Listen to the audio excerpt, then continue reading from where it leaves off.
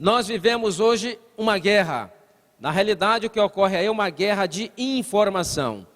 E existe tantas informações desinformatizantes que se cria uma verdadeira confusão.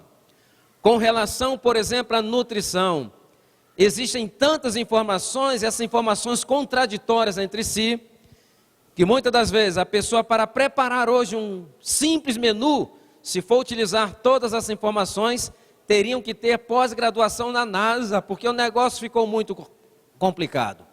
Eu quero dizer para vocês que o processo de alimentar-se, viver uma vida saudável, é uma das coisas mais simples que existe nesse mundo. Essa é a razão pela qual nós vamos então destruir alguns mitos. Na quarta-feira nós estaremos então falando do programa de revitalização física e mental que será feito em 13 semanas. Esse é um programa que eu lancei no Canadá em 2006 e tem trazido resultados espetaculares.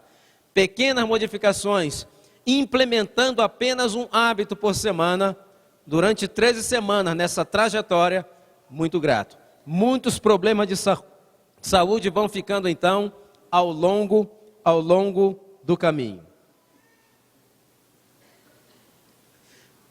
Entretanto, existem alguns princípios com relação à saúde, princípios bíblicos e do Espírito de Profecia, que são um pouco diferentes dos outros princípios com relação à saúde que existem por aí. Eu gostaria de lançar os fundamentos nessa nossa meia semana, que vamos estar juntos, falando de algum desses princípios agora pela manhã. Então vamos ter em mente o seguinte, princípio número um, dentro do plano que Deus tem para a nossa saúde, a ênfase não é tratar enfermidades. Nós não tratamos enfermidades. Tem muitas pessoas tratando enfermidades. Nós tratamos o nosso corpo e criamos as condições para que aqueles mecanismos de restauração estabelecidos por Deus possam fazer então o seu trabalho. De vez em quando alguém fala, doutor Silmar, eu estou tratando a minha úlcera já tem 20 anos. Eu falo, parece que ela está muito bem tratada, está com você há 20 anos. Continue tratando dela que ela nunca lhe vai deixar. Então nós não tratamos enfermidades. Nós tratamos de quem? Do nosso corpo.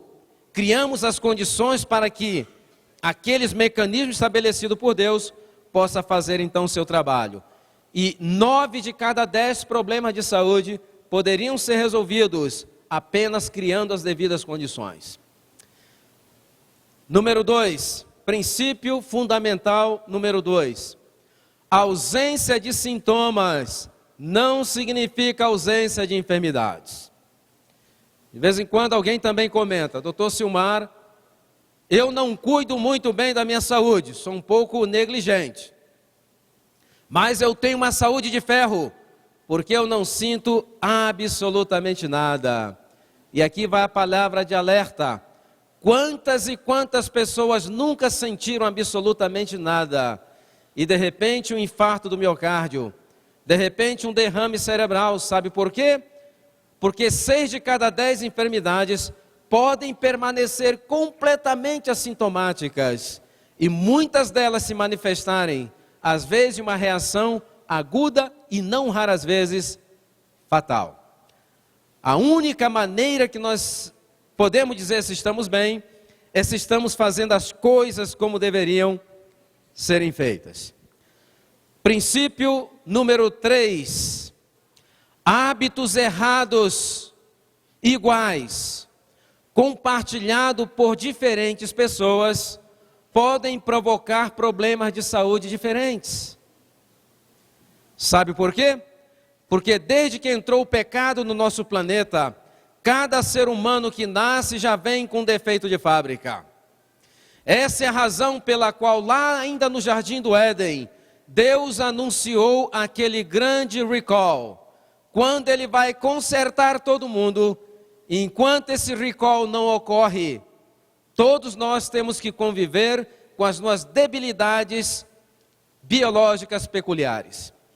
Essa é a razão pela qual existem pessoas que são mais predispostas a problemas digestivos. Existem outras que são mais predispostas a problemas respiratórios. Outras são mais predispostas a problemas cardiovasculares.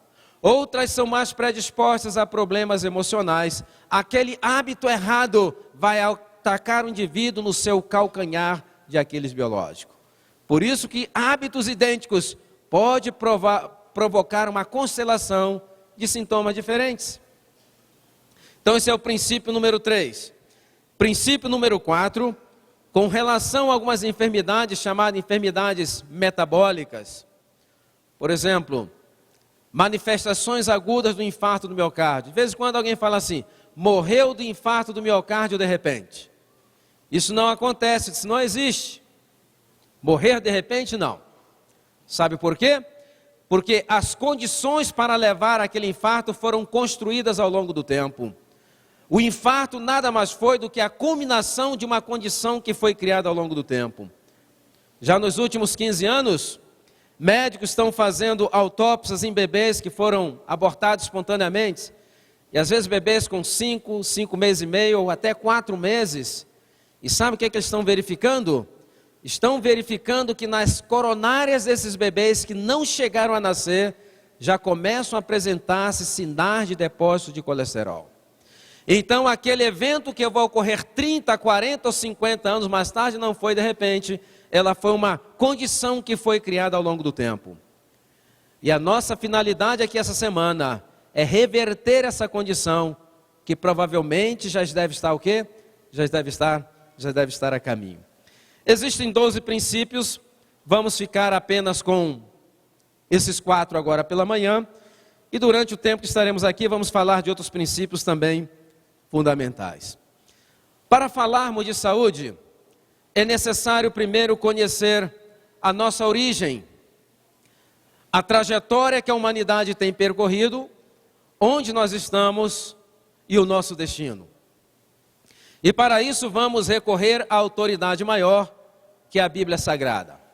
A Bíblia Sagrada nos mostra de maneira contundente a nossa origem, a nossa trajetória, aonde estamos e o nosso destino. Deus, quando criou o homem, o criou perfeito. O Espírito de Profecia menciona que Adão, quando foi criado, Adão deveria ter aproximadamente 12 pés de altura, que, passado para as medidas métricas, seria um ser humano com aproximadamente 4 metros de altura. E sempre se especulou de um ser humano com 4 metros de altura, qual deveria ter sido o peso de Adão para ser proporcional à sua altura. E o Centro para a Pesquisa do Criacionismo, que está na Califórnia, lançou umas projeções no computador, e o computador, considerando muitas variáveis, como ossos bem compactos para manter aquela enorme armação, musculatura, cedeu uma quantia de aproximadamente 1.000 quilos ou 1 tonelada.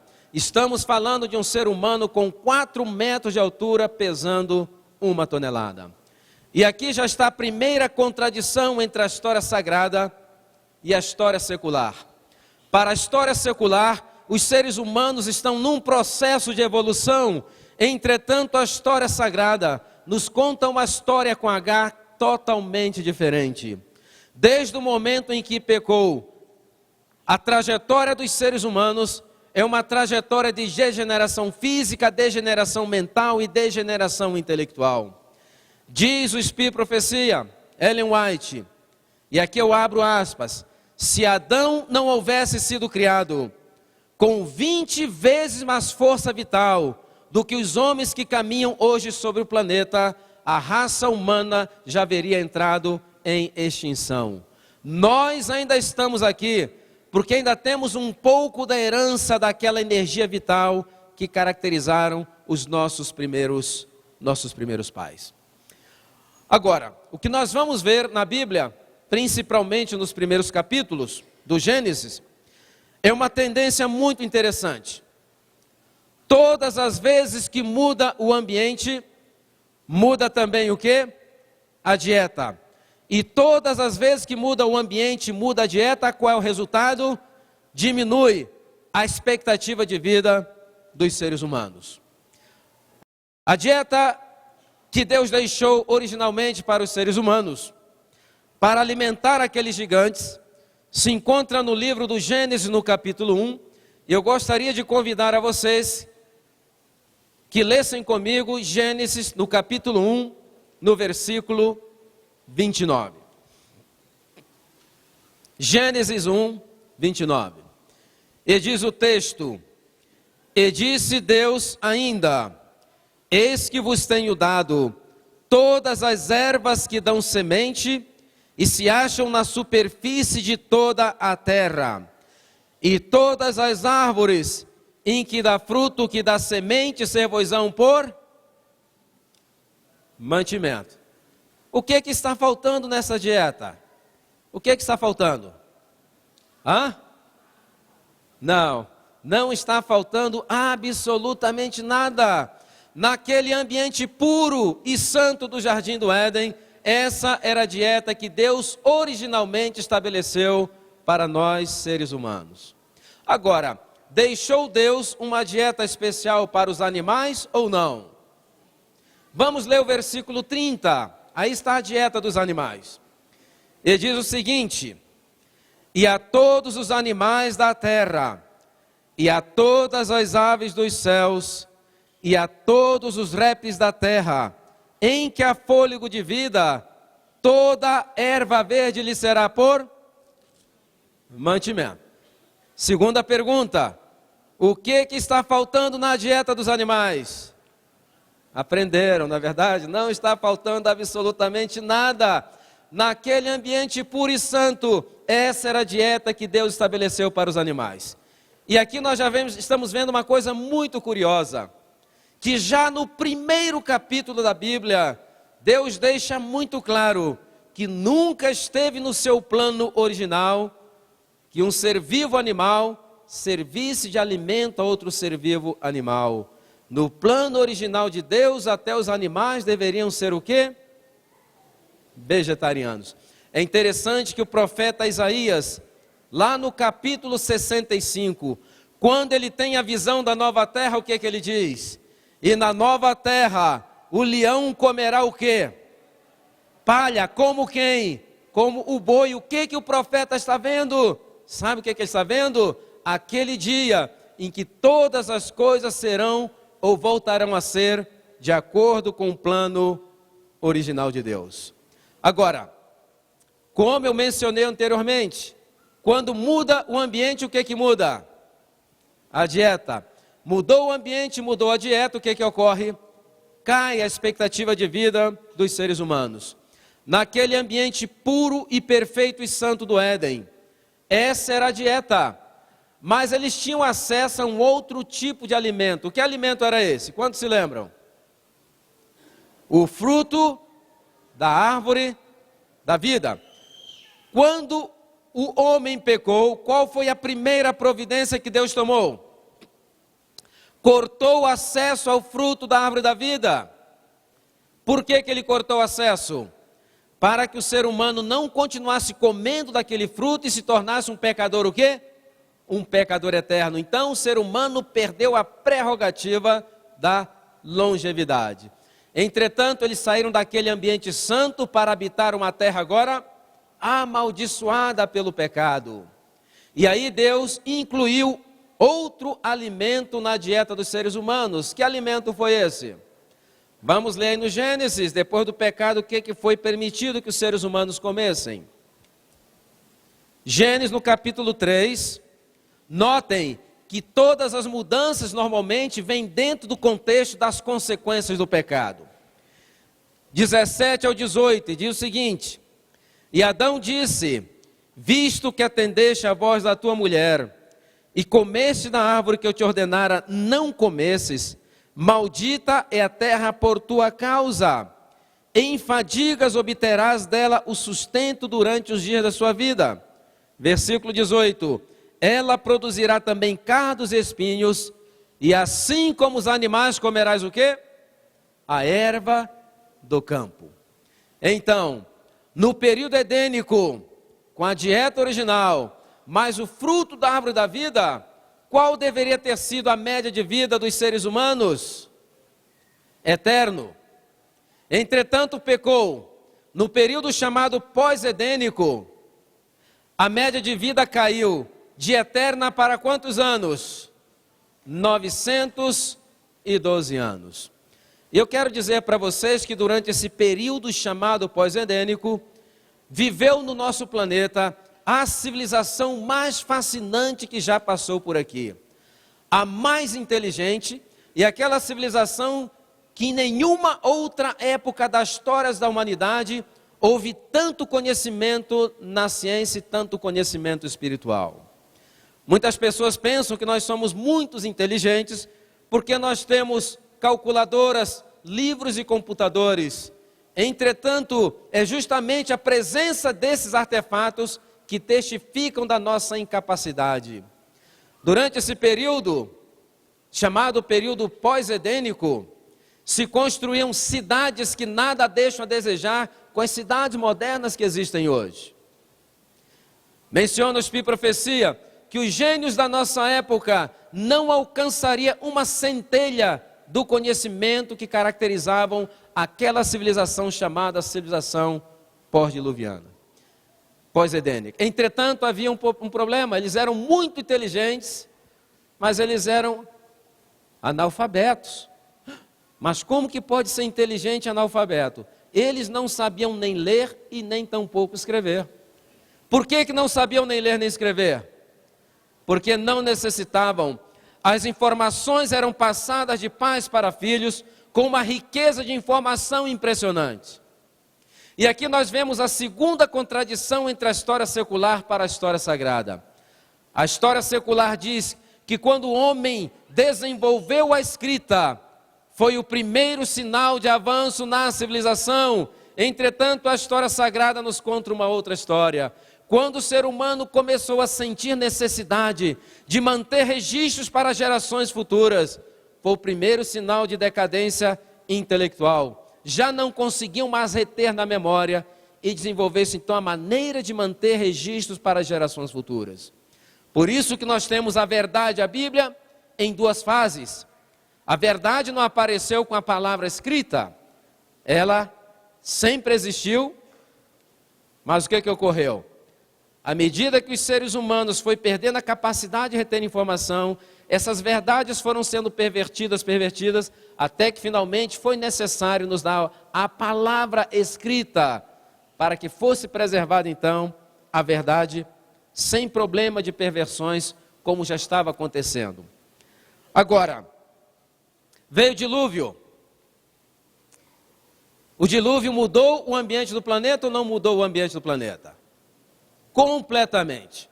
O planeta Terra que nós contemplamos hoje lembra muito pouco a Terra antes do dilúvio. Antes do dilúvio, a Terra tinha um nome especial. Ela chamava-se Pangeia. O que é Pangeia? São grandes extensões de terras entrecortadas por pequenos mares e rios. Não existia a separação dos continentes, não existiam os grandes oceanos, não existiam chuvas na superfície da terra. Mas de onde vieram todas essas águas que cobrem os grandes oceanos? O Centro para a Pesquisa do Criacionismo tem um modelo geológico do planeta muito interessante antes do dilúvio. Baseado em observações geológicas e no relato do Gênesis 1, eles dizem que grande parte dessas águas que cobrem os grandes oceanos eram águas compartimentadas, quando Deus começou a compartimentar as águas que cobriam o planeta. E dizem eles que grande parte dessas águas formava, na realidade, um oceano subterrâneo de aproximadamente 10 quilômetros de profundidade. Esse oceano, essas águas eram mantidas abaixo da superfície da Terra, sob pressão de rochas. Não haviam rochas na superfície do planeta. E essas águas se ligavam à superfície através de canais, que devido à temperatura debaixo da terra, ela subia em forma de vapor e fazia o quê? Regava a terra, como está no relato do Gênesis. Havia também um outro tipo de água. Era, na realidade, na altura, um pouco acima da estratosfera, um toldo de água que cobria o planeta eram gotículas, mas formavam um anel imenso. Essa é a água que o relato da Bíblia diz, as águas que estão acima da expansão. Muitas pessoas pensam que as nuvens são as águas da acima da expansão. Não. As nuvens estão na expansão, e a Bíblia menciona que são as águas que estão acima da expansão. E esse toldo de água fornecia o ambiente, as condições ideais para aquele clima que todos conheceriam como clima paradisíaco. Entretanto, a iniquidade proliferou e Deus viu a necessidade de recomeçar novamente. E aí veio o dilúvio. Nós não conhecemos os mecanismos do dilúvio, entretanto o texto bíblico nos dá algumas dicas. Diz o seguinte, que no ano 600 da vida de Noé, abriram-se o quê? As comportas da onde? Dos céus, quer dizer, todo aquele toldo de água, por alguma razão começou a desabar. E no mesmo texto o que diz? E neste mesmo dia, romperam-se todas as fontes do grande abismo.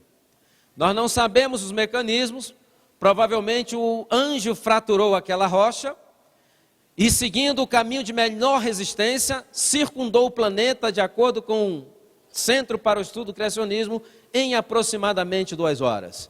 E aquelas águas irrompendo do solo, sob a pressão de rochas, foram fraturando rochas, jogando rochas, pedras em todas as direções, sendo lançada a centenas de quilômetros, provocando vendavais. Foi o cataclisma mais terrível que o nosso planeta já enfrentou.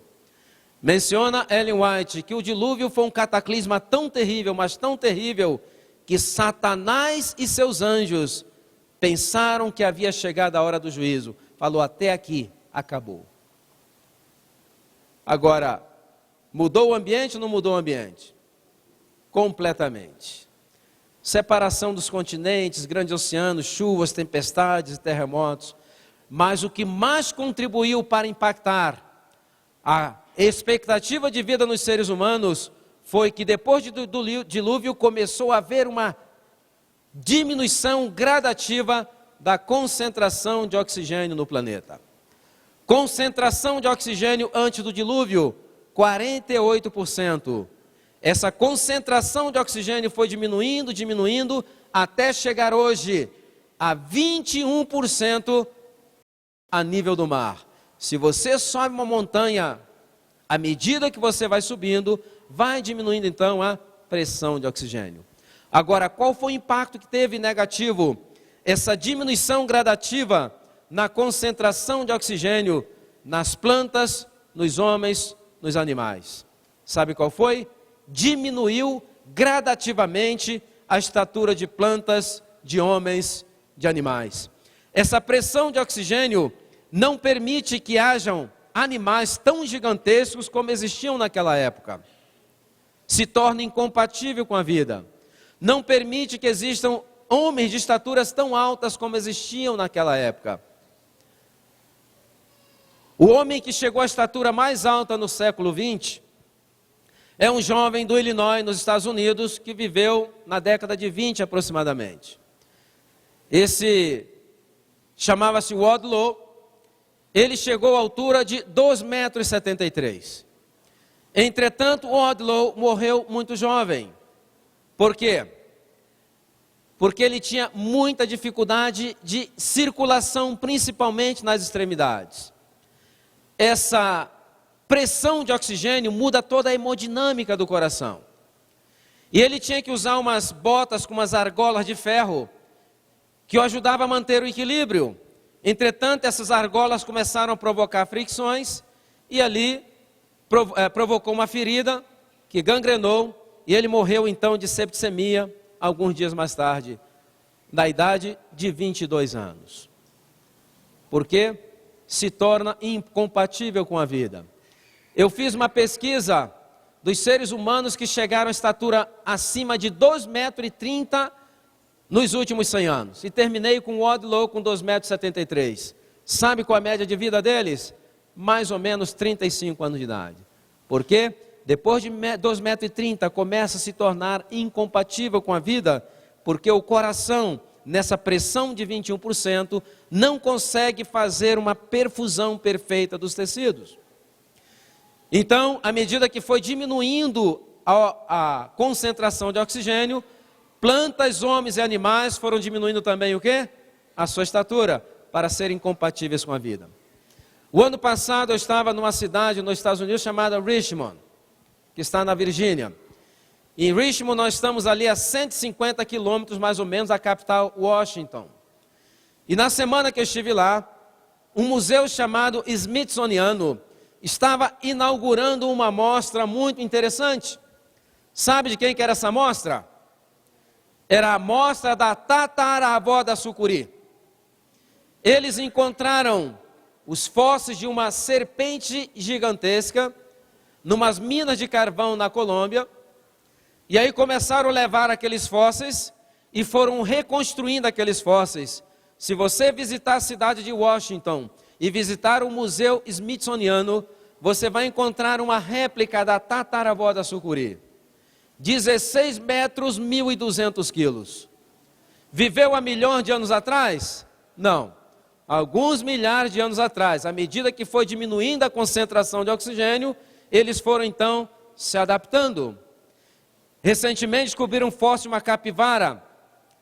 E acredita-se que deveria ter aproximadamente 800 quilos. Existem fósseis de barata mais ou menos do tamanho da metade desse púlpito. Eu creio que para a dona de casa matar precisava de um fuzil, não é verdade? Existem fósseis de centopeias de 1,5 metro, 2 metros de comprimento. Viveu há milhões de anos atrás? Não, alguns milhares de anos atrás. E à medida que foi diminuindo a concentração de oxigênio, foram então se adaptando. Notem, o nosso problema com o evolucionismo não é um problema de evidências. As evidências são as mesmas. O nosso problema é um problema de quê? De calendário. Eles têm que fazer algum ajuste no calendário porque estão completamente equivocados. Agora, mudou o ambiente, o que é que muda? E agora Deus permitiu que os seres humanos comessem o quê? Carne, finalmente, né? Carne. Agora, na medida que vai mudando o ambiente, vai mudando a alimentação, o que que acontece com a expectativa de vida? Deus, antes do dilúvio, havia estabelecido a expectativa máxima de vida dos seres humanos. Deveriam ser quantos anos? O que que ele disse lá? O meu espírito não contenderá para sempre com os seres humanos, e seus dias serão quantos anos? 120 anos. Existem aqui duas aplicações, que seria o período que Noé pregou a vinda do dilúvio, que não dá exatamente 120 anos, mas é a idade máxima que Deus havia limitado os seres humanos agora. Agora, por que Deus quer limitar cada vez mais a vida? Por que ele chegou aos 120 anos? Será que ele não quer que nós vivemos mais? Claro que sim. Entretanto, quando Deus muda a alimentação, porque muda o ambiente, ele tem uma coisa em mente, sabe o que que é? Encurtar a vida. Por que encurtar a vida? Já não interessava que seres humanos vivessem tantos anos. Vocês já imaginaram, por exemplo, um assaltante assaltando 800 anos? Você já imaginou um traficante traficando 700 anos? Você já imaginou os seres humanos tendo que conviver com a maldição de um vício por séculos? Então Deus, quando Ele reduz a vida, Ele limita a iniquidade e diminui o quê? Diminui o sofrimento. Mas Ele havia estabelecido quantos anos? 120 anos. Eu vou fazer uma pergunta. Quantas pessoas vocês conhecem que estão perto ou chegaram aos 120 anos? Quando eu escrevi esse livro, Saúde e Longevidade em 12 Passos, em 2010, eu tinha 10 candidatos aos 120 anos. Desses 10 candidatos, é interessante que 10 eram mulheres. Por que será? Que os homens são mais fortes, mas as mulheres são mais resistentes. Entretanto, desses 10 candidatos, 9 já morreram.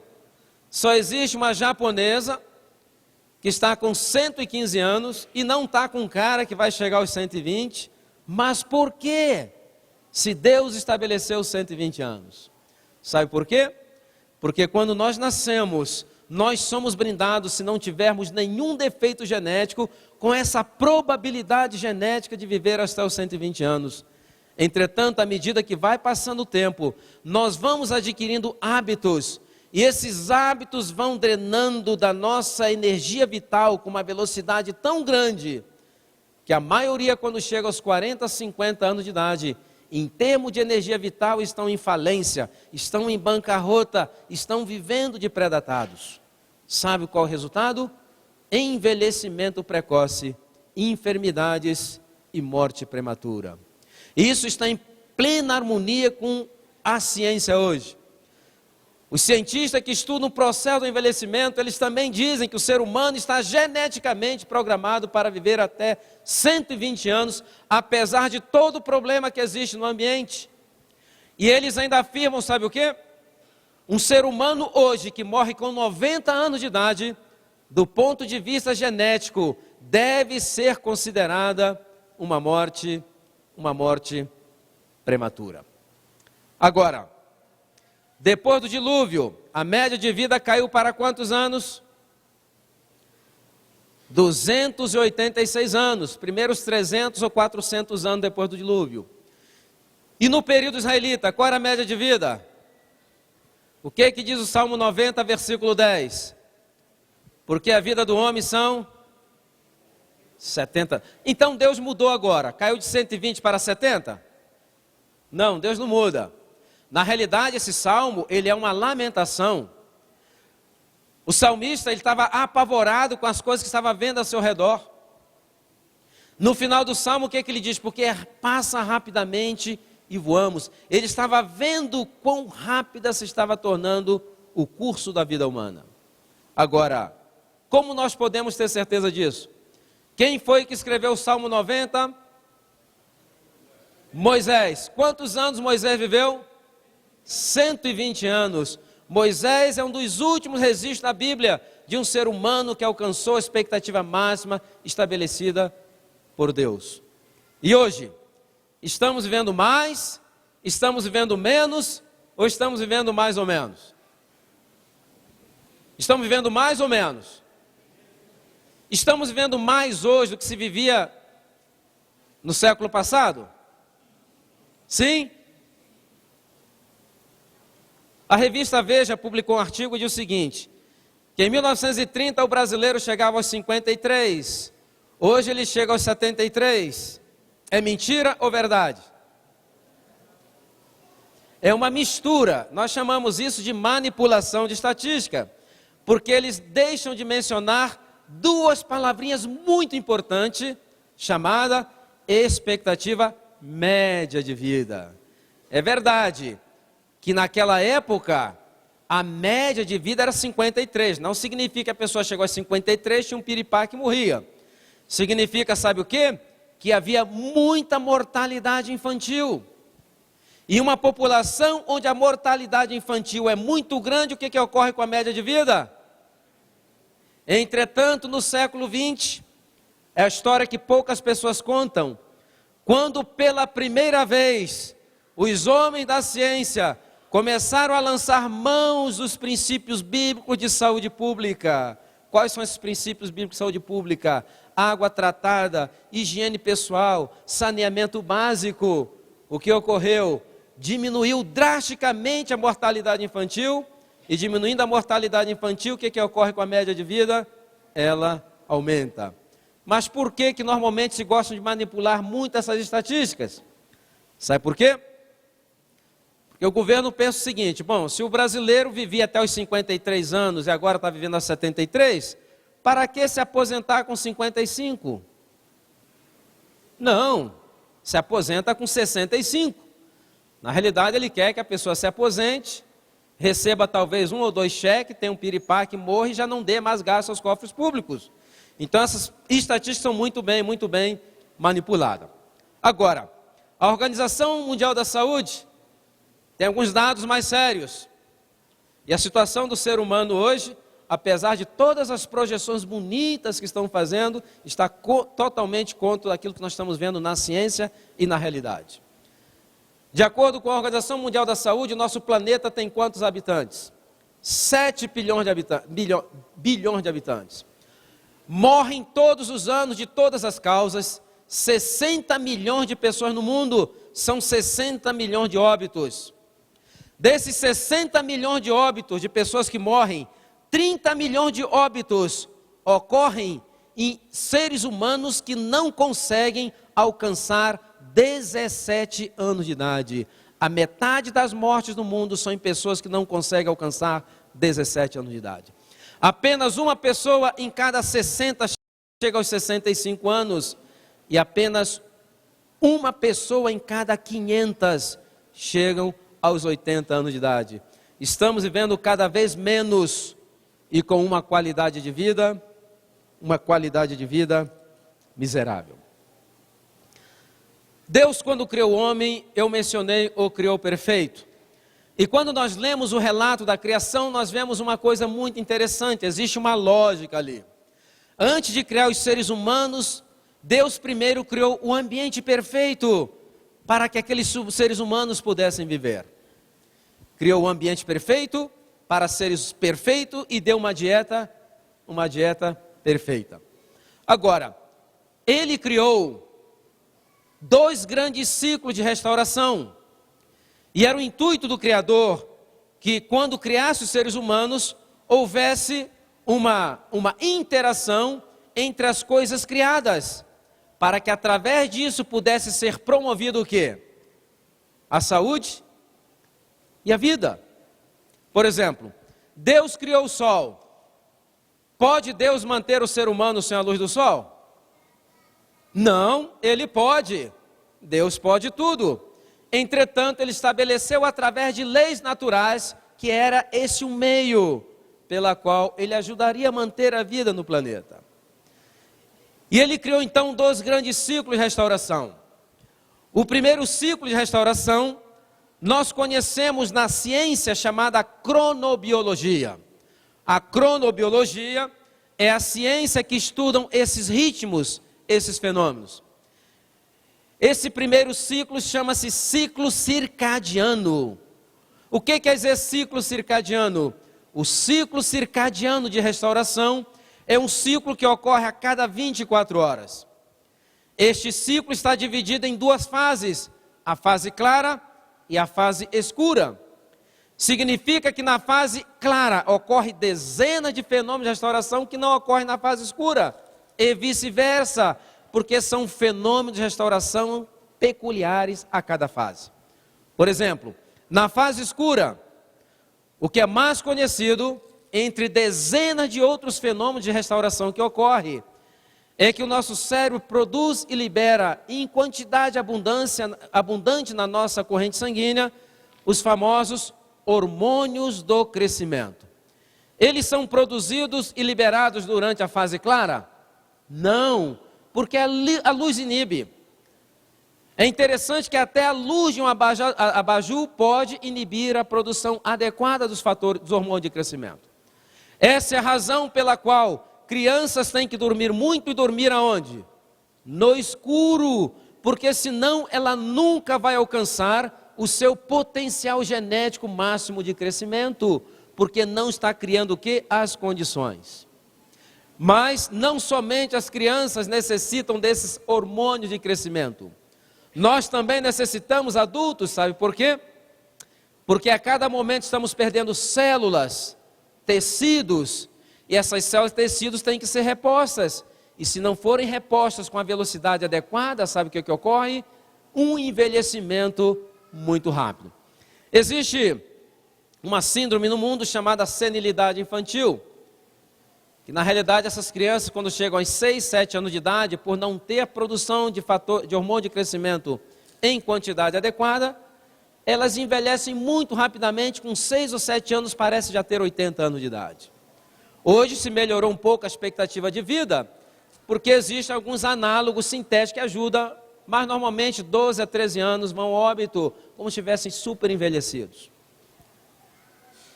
Então, na fase escura são produzidos os fatores do crescimento entre dezenas de outros. Agora, na fase clara, qual é o fenômeno de restauração que é mais conhecido? Eu vou citar um.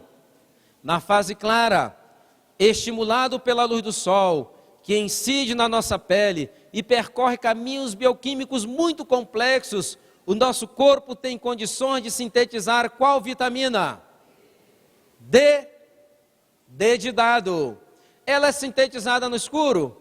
Não, porque ela precisa da luz. Então, nesse ciclo de 24 horas chamado circadiano, existem fenômenos que ocorrem durante o dia, ocorrem também fenômenos durante a noite. Agora, qual foi o dia da semana que Deus criou o ciclo de restauração de 24 horas? Qual foi o dia? Não, ainda não. Vamos lá. Gênesis no capítulo 1. Vamos ler que dia foi criado o ciclo de 24 horas. Gênesis capítulo 1. Vamos ler dos versículos 16 até o versículo 19. E diz o texto: E fez Deus os 2 grandes luzeiros, o maior para governar o quê? E o menor para governar? E fez também as estrelas, e os colocou no firmamento dos céus para alumiarem a terra, para governarem o dia e a noite, e fazerem separação entre luz e trevas. E viu Deus que será bom, e houve tarde e manhã de qual dia da semana? 4º dia da semana. Então o ciclo de restauração de 24 horas foi criado no 4º dia da semana. Agora, Deus não criou somente um ciclo de restauração. Ele criou um outro ciclo de restauração, que na cronobiologia nós conhecemos como ciclo circa-septano. O que é um ciclo circa-septano? Circadiano é um ciclo de 24 horas a cada dia. Circa-septano é um ciclo que ocorre a cada 7 dias. Significa que no 7º dia existem fenômenos que ocorrem com uma profusão muito maior que não ocorre nos outros dias da semana. Já na década de 50, os cronobiologistas descobriram que o ser humano tem um ritmo biológico durante o 7º dia.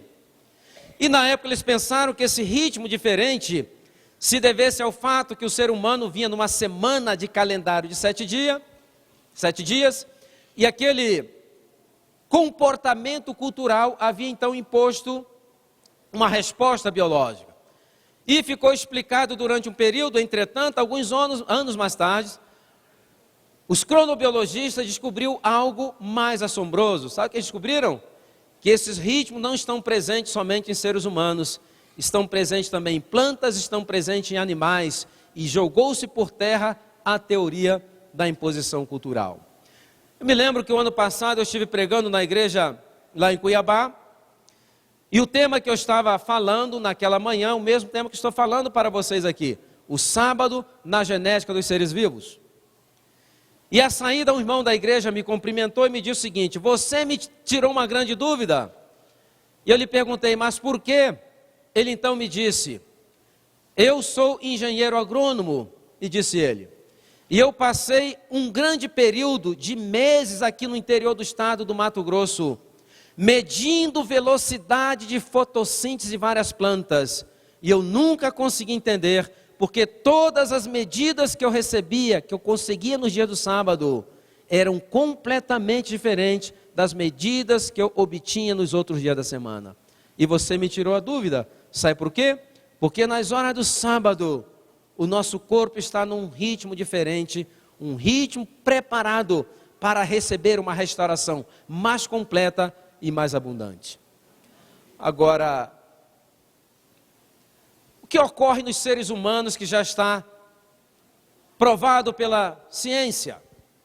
Bom, já se percebeu que o coração do ser humano, quando já chega a sexta-feira à noite para o sábado, existe uma tendência à bradicardia. O que é bradicardia? O coração do ser humano, ele tende a bater mais lentamente. Mas o coração do ser humano descansa ou não descansa? Quando nós morremos? Quando nós dormimos? Sabe quando o coração do ser humano descansa?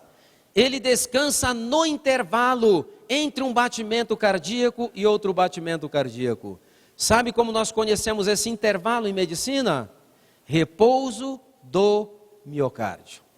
Significa que seu coração bater 100 batimentos por minuto, ele vai estar descansando menos do que se bater 60 ou 70 batimentos por minuto. É uma lei da cardiologia. Quando se aumenta a frequência cardíaca, você diminui o quê? O repouso do seu miocárdio. Essa é a razão pela qual já nas horas do sábado existe uma tendência à diminuição da frequência cardíaca. Nas horas do sábado, estimulado pela produção de melatonina que já ocorre à noite, diminuição da frequência cardíaca, existe uma tendência para a diminuição da pressão arterial. Nas horas do sábado, é restaurado o nosso sistema de excreção renal. Vocês sabiam que os rins são os órgãos da juventude? Vocês sabiam que o ser humano envelhece na mesma velocidade que seus rins envelhecem? Essa é a razão pela qual uma pessoa que entra em insuficiência renal crônica se deteriora muito rapidamente, porque os órgãos da juventude não estão mais funcionando. Esta é a razão pela qual uma dieta muito rica em proteínas envelhece muito rapidamente, porque os metabolitos das proteínas colocam uma carga muito grande no sistema de excreção renal. E durante as horas do sábado, esse sistema está passando por uma restauração. Durante as horas do sábado, está sendo restaurado também a nossa imunocompetência.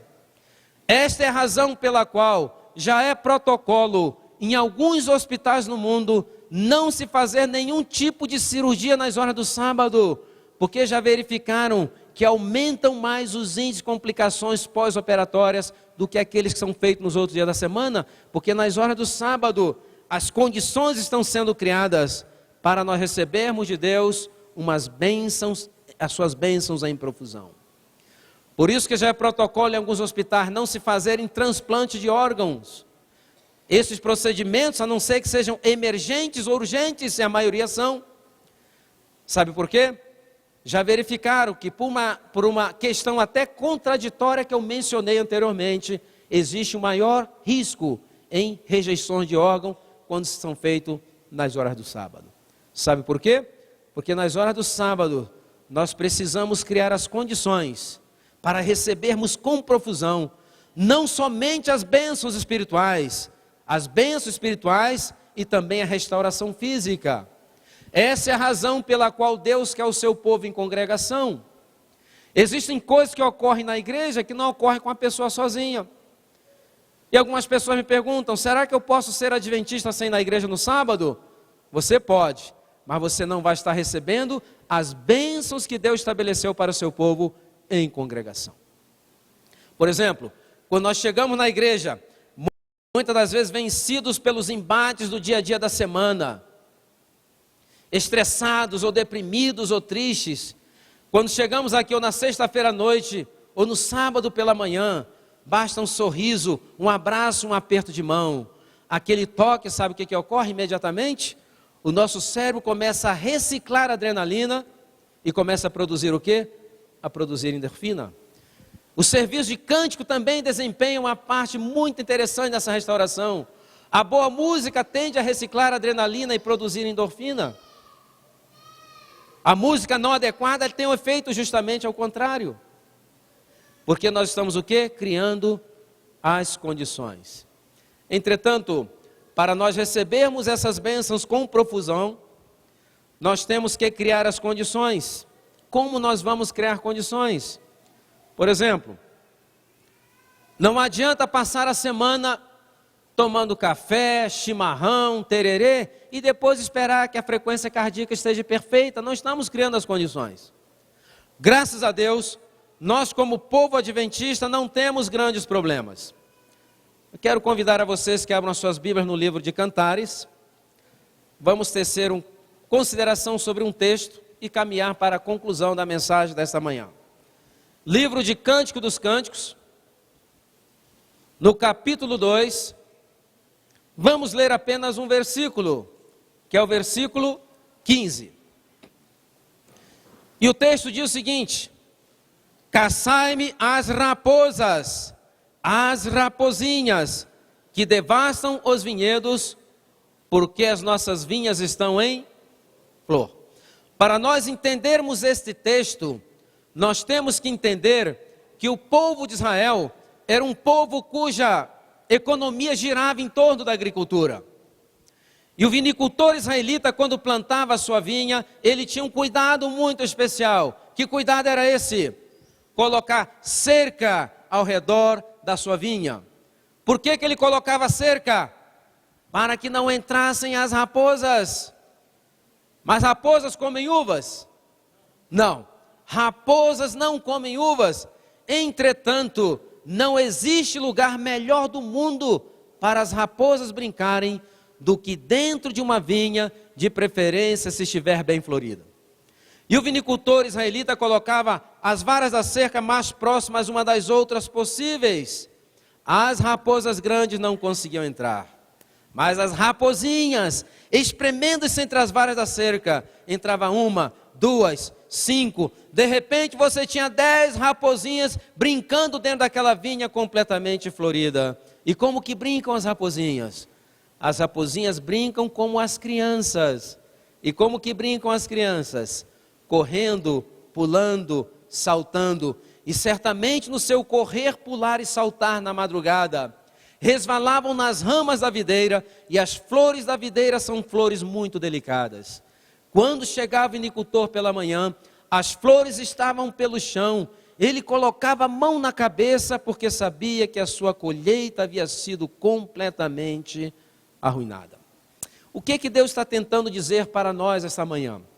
Ele está tentando dizer o seguinte, que nós, como vinicultores da vinha da nossa saúde, da saúde da nossa família e da saúde da igreja, nós sabemos muito bem lidar com as raposas pequenas, mas já faz muito tempo que essa igreja perdeu a habilidade de lidar com as raposinhas, e pode ser que sejam essas raposinhas que estejam destruindo a tua saúde, a saúde da tua família e a saúde da igreja.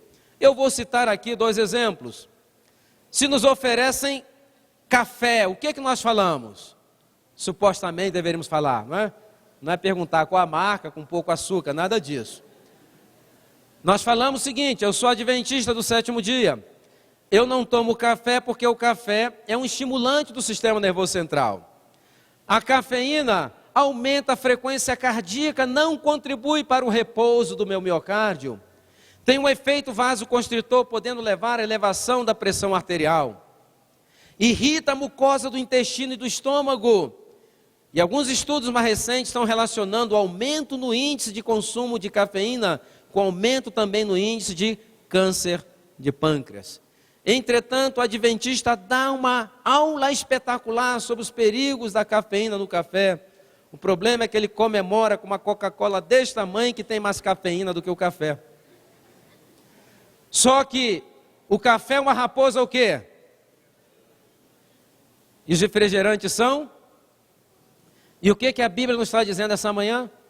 Caçai essas raposinhas, antes que ela destrua a tua saúde, a saúde da tua família e a saúde da igreja. Um último exemplo. Se nos oferece cigarro, o que nós falamos?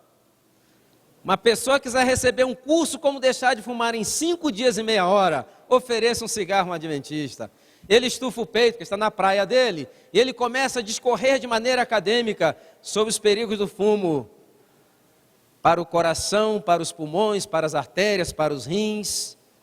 Mas infelizmente, muitos ainda têm lá no cantinho da varanda, ou lá no fundo do quintal, aquele altarzinho. Como se chama aquele altarzinho? Churrasqueira. E alguns ainda fazem como no Antigo Testamento, oferecem sacrifício de manhã e de tarde também. Entretanto, quando se prepara carne naquela churrasqueira, à medida que a brasa vai aquecendo e a gordura vai derretendo, ela cai em contato com a brasa e faz aquele ruído bem típico. Como é que é o ruído? O coral do churrasquinho aqui está bem animado, hein? Significa que aquela molécula se desfez em vários subprodutos. Entre esses subprodutos há um altamente carcinogênico que nós conhecemos como benzopireno. 1 quilo de carne produzida dessa maneira pode produzir o equivalente a 5 miligramas de benzopireno, que se faz em forma volátil e volta novamente a pegar na carne. Significa 5 miligramas de benzopireno é a mesma quantidade de benzopireno produzido por 300 cigarros fumados. A única diferença é que o benzopireno ele não vai para os pulmões, mas ele vai para o intestino, aumentando grandemente os riscos de quê? De câncer do cólon. Mas o cigarro é uma raposa o quê? E os churrasquinhos são? Raposinho. O que é a Bíblia? Não é o doutor Silmar, é a Bíblia, eu só sou o mensageiro. O que a Bíblia está dizendo essa manhã? Caçai essas raposinhas, antes que ela destrua a tua saúde, a saúde da tua família e a saúde da igreja.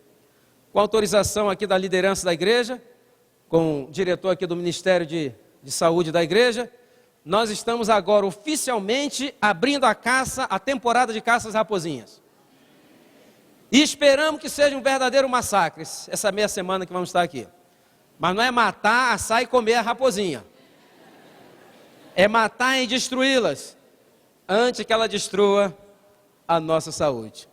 Irmãos, Deus não falha nas suas promessas. A Bíblia está cheia de promessa. No livro de Êxodo, o que diz? Se esse povo cumprir os meus estatutos e guardar os meus mandamentos, nenhuma enfermidade chegará à sua casa. Nós acreditamos nas promessas de Deus ou achamos que era uma coisa lá para o Israel antigo? Eu gostaria de encerrar a mensagem dessa manhã com um texto da Bíblia que está no livro de Deuteronômio.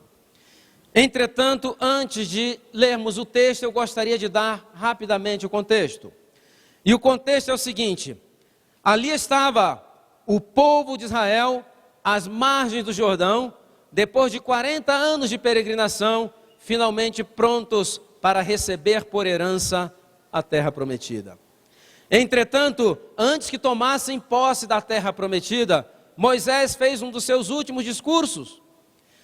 E nesse discurso, ele começou a lembrar a grande misericórdia e o amor que Deus havia demonstrado para aquele povo. E Moisés diz o seguinte: observem as vossas sandálias, 40 anos não se desgastaram. Observem as vossas roupas, 40 anos não se rasgaram. Deus proveu para vós o pão do céu durante 40 anos.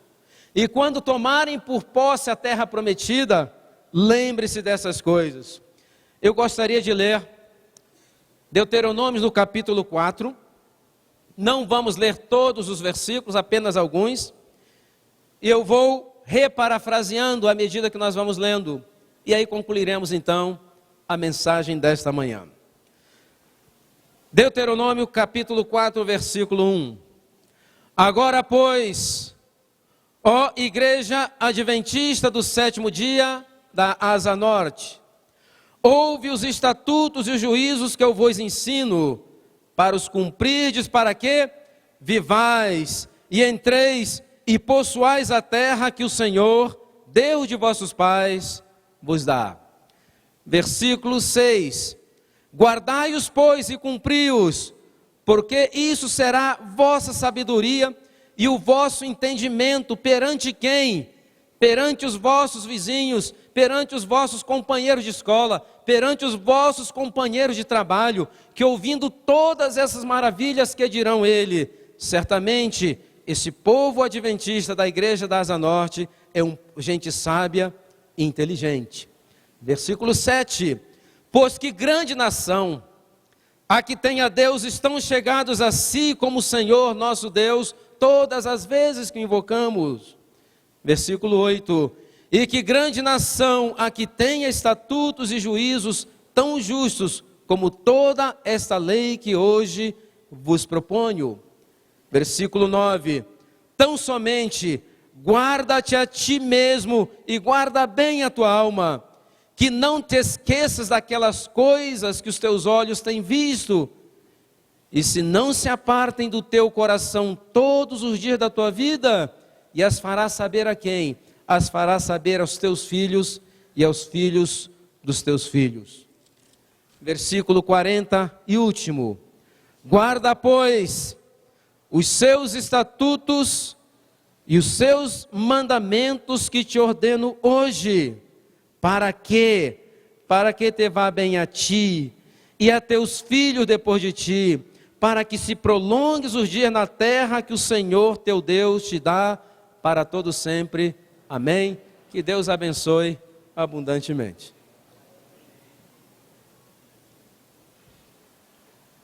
Vamos ter